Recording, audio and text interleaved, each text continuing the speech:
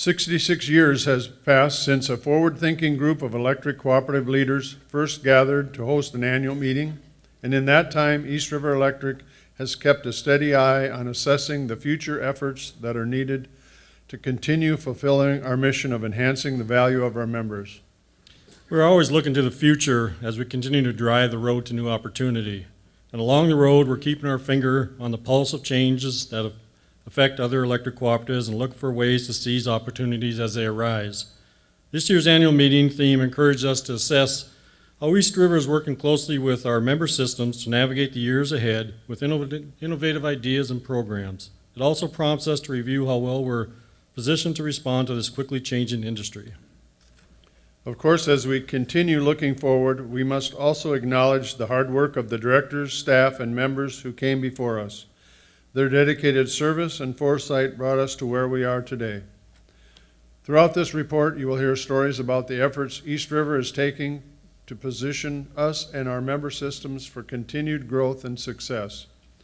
These efforts include keeping an unwavering eye on our strategic plan, navigating legislative changes that affect our industry, and taking strategically planned steps such as joining the Southwest Power Pool. You'll also hear how East River continues to evolve its services to enhance the value of its member systems.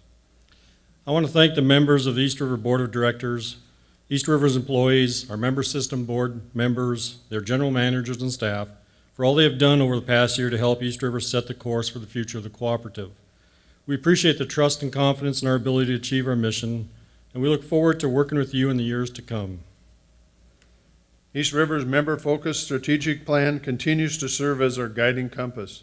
It helps us regularly assess whether we're staying on course towards achieving our strategic goals. The plan reemphasizes our core values of integrity, accountability, innovation, commitment to community, safety, and health. It also identifies strategic themes and initiatives for East River staff to follow as we move into the future.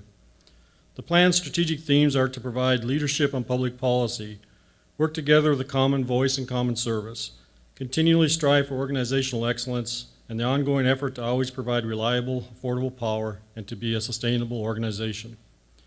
Each of these themes includes specific objectives that East River staff are working to accomplish. The strategic plan is a fluid document, which means that the objectives are regularly assessed and updated to ensure we are taking the best course to achieving our strategic themes. We provide regular updates on the plan to the members. Under the strategic theme of providing reliable and affordable electricity, East River was recently faced with the complex task of navigating a rate increase from BASIN Electric. Here is Chief Financial Officer Greg Hollister with more details on the rate increase.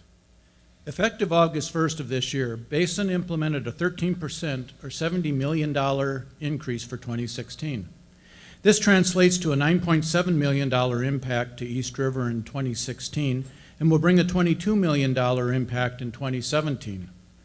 Higher than expected revenue from the Southwest Power Pool, elimination of the remaining 2016 budgeted margin stabilization bill credits to Class A members, use of the remaining balance in our margin stabilization fund, and changes to rates directly tied to BASIN rate components, such as the Class D members, is providing revenue of $10.2 million to offset the projected $9.7 million impact in 2016. As a result, East River base rate components did not increase in 2016. In 2017, all East River members will face the full year impact of the BASIN increase, or about $22 million, as mentioned earlier. During a recent East River Managers Advisory Committee meeting, there were lengthy discussions focused on the causes of the BASIN increase, the 2017 impact, the BASIN financial projections and operational considerations beyond 2017, and the communication of this type of information with the BASIN membership. East River, along with BASIN's Class A members, is working closely with BASIN to better understand the drivers of the rate increase and issues BASIN is facing. As we work closely with BASIN, we expect to have a better understanding of BASIN's financial pressures, the impacts to the distribution cooperatives, and to ensure we are communicating this information to our members. Our Member Service Division has also put together a communication plan to assist our members in the process of sharing the news with their end consumers. As Greg mentioned, revenue from our membership in the Southwest Power Pool helped in East River's ability to absorb the bulk of a wholesale power rate increase in August of 2016. East River officially joined SPP as a transmission owner on October 1st of 2015, along with Basin Electric Power Cooperative and the Western Area Power Administration. Compliance and RTO Manager John Konopczynski will give us an overview of our first year as an SPP member. In our first year of SPP membership, the change has already brought several new opportunities and challenges. Since joining SPP, East River has been exploring opportunities to fully utilize the benefits of our membership. One of the first steps was to assess the value of East River's transmission assets that could qualify for inclusion under SPP's tariff. Initially, East River integrated about 25% of its transmission system with the SPP system, and we're already realizing gains from having those assets under the SPP tariff. This is a funding source East River has not previously realized, and in 2016, the annual transmission revenue requirement we expect to receive from SPP totals about $16 million. East River is proud to have taken the step of joining SPP. It has challenged us to look at the way we plan, design, and operate our transmission system with fresh eyes, and to consider even more strategic opportunities for expanding our system in SPP. East River's aggressive construction and maintenance plan helps ensure that our transmission system continues to meet the needs of our members. All of our workforce who monitor, maintain, and construct our system work hard to ensure that our transmission system serves East River's members now and into the future. Each year, East River evaluates its transmission system to best determine what projects should be completed this year, and also looks ahead in 4-year increments in our construction work plan, which is a document that drives our annual construction schedule. Chief Operations Officer Jim Edwards will now give us an overview of the work that was completed over the past year and what's ahead in the year to come. East River completed $37.3 million in projects in 2015, and our electric plant budget for 2016 is just over $33 million. We completed several important projects over the last year, including transmission projects in the Mitchell area and near Redfield. The Mitchell reroute project is complete, and as part of the project, crews retired original East River transmission line that had been in service since early 1950s. East River retired 16 miles of line and replaced it with 20 miles of new line that was rerouted around the city of Mitchell. The Redfield project involved replacing 1952 vintage line to make it more accessible to our crews for damage restoration and maintenance and to increase the line's capacity. A few larger substation projects that completed this past year include a rebuild of the Britton and Mansfield substations. Work was also completed on the substation that serves Southwest Minnesota State University in Marshall, Minnesota. We modified the Armour substation to allow Charles Mix to serve their loads from that substation, which had previously only provided service to Douglas Electric. The Huron Tap rebuild is also complete and involved replacing a section line that was more than 60 years old. Several rebuild and system upgrades are currently under construction.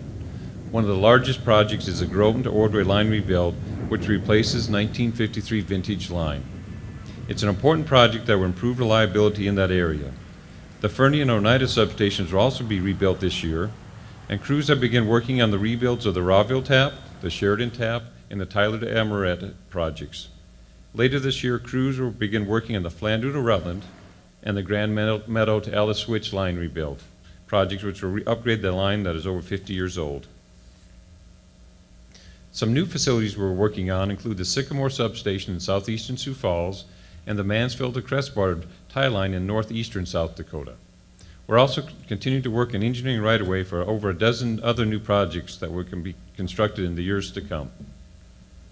As you know, Basin Electric joined the Southwest Power Pool last October. Let's hear now from Basin Senior Vice President of Transmission, Mike Ryken, with a Basin transmission update. Thank you for inviting me to participate in your annual meeting with this update on our experience with SPP from a transmission perspective. At your annual meeting last year, I reported on our impending integration into SPP on October 1st and on the decision process that got us there. As we approach the first anniversary of that milestone event in our cooperative history, I am pleased to report that I continue to believe it was the right decision and that it best positions our cooperative family for the future. One of the benefits of joining SPP from a transmission perspective was the ability to participate in SPP's highway-byway cost allocation process for new transmission. This was a critical issue for us as we were planning for the explosive load growth in the Bakken. The long-range transmission plan to serve the Bakken included the AVS to Nesset and the North Killdeer Loop projects. The AVS to Nesset project was fully authorized for regional cost sharing across the entire SPP footprint when we negotiated our entry into SPP. The first phase of that project, the AVS to Charlie Creek to Judson section, went into service earlier this year. The final phase of that project, the Judson to Nesset section, will go into service next year. We have also begun construction on the first phase of the North Killdeer Loop project from Patton Gate to Coomer Ridge. I am pleased to report that the SPP Independent Board just authorized the second phase from Coomer Ridge to Roundup to be eligible for regional cost sharing as well. While the rate of load growth in the Bakken has slowed with the drop in oil prices, we continue to believe, as did the SPP staff, members, and board, that these investments are still needed. This process was an education for us, and we're still learning as we transition from our familiar IS transmission planning world to the planning world of a regional transmission organization. We will apply what we have learned so far with our integration into SPP on a new emerging frontier of significant strategic importance to the cooperative. That situation is the very real possibility of markets expanding in the Western Interconnection. Over the course of the last several years, utilities in Wyoming and Colorado have been discussing the project of a joint tariff or possible full market implementation. That group of utilities, which is calling itself the Mountain West Transmission Group, includes Tri-State and Western's Rocky Mountain region. The group has issued a request for information and is currently evaluating responses from SPP, MISO, PJM, and the California ISO. We are shooting for a directional decision by year's end with possible implementation by the first quarter of 2019. This is a decision which will affect the landscape on the West for years to come, so it's imperative that we get it right. I am confident that we will collectively make the right decision on the West for the benefit of consumers, just as we did on the East with our decision to join SPP. Thanks again for inviting me to participate, and have a great annual meeting. One of our biggest challenges continues to be the Clean Power Plan. Several developments brought good news for electric cooperatives over the past year, but the battle is far from over. Here's East River's General Counsel, Bob Saar, with more. In August 2015, the Environmental Protection Agency released its finalized 111D rules regulating carbon emissions from existing power plants. Once the Clean Power Plan rules were published in the Federal Register, NRECA and other groups filed suit and requests to stay the rules, delaying their implementation until the courts make a final decision on whether or not the EPA's rules are constitutional. In mid-December 2015, general managers from East River, Basin Electric, Rushmore Electric, and SDREA met with South Dakota Governor Dennis Dugard and his staff to discuss the Clean Power Plan and the state's efforts to meet the EPA's rules, as well as how the rules could affect electric cooperatives. On February 9, 2016, we received the good news that the Supreme Court ruled 5-4 to grant an immediate stay of the Clean Power Plan, delaying implementation of the rule until the court cases are decided. It was an unprecedented move by the Supreme Court, and the 5-4 vote showed the majority of the court had concerns about the legality of the rule. The stay also means the clock essentially stopped on the various compliance deadlines, and some states have stopped working on their state implementation plans, including South Dakota. However, the Minnesota Pollution Control Agency has continued to work on its compliance plan. 4 days after the stay order was released, one of the 5 justices who granted the stay, Supreme Court Justice Antonin Scalia, passed away unexpectedly. Scalia's death changes the makeup of the court, which means the final outcome of the Clean Power Plan is still very much up in the air. On May 16 of 2016, it was announced that the full D.C. Circuit Court of Appeals will hear the Clean Power Plan case instead of a 3-judge panel. It's not clear whether or not a hearing before the entire D.C. Circuit Court improves our odds, but it indicates the court sees this as a matter of importance. This change delayed the beginning of oral arguments to the fall of 2016 and means that the Circuit Court decisions likely won't be released until early 2017. That will push back a potential Supreme Court hearing until at least fall of 2017, which means the High Court might not release its decision until sometime in 2018. The stay is currently in effect, and under the stay, any Clean Power Plan compliance deadlines get delayed. If the rules are found constitutional, compliance deadlines will be extended by the same number of days as the stay. We're continuing our engagement with state agencies regarding the Clean Power Plan and its impact on our industry. Here's Basin Electric's Senior Vice President of Communications and Administration, Mike Agel, with more on the Clean Power Plan and its impact on the power plants in our region. Basin Electric continues to work on the Clean Power Plan. Obviously, we've been working on 4 fronts. Those 4 fronts include legal, legislative, working through the issue with the states, and developing a plan of our own.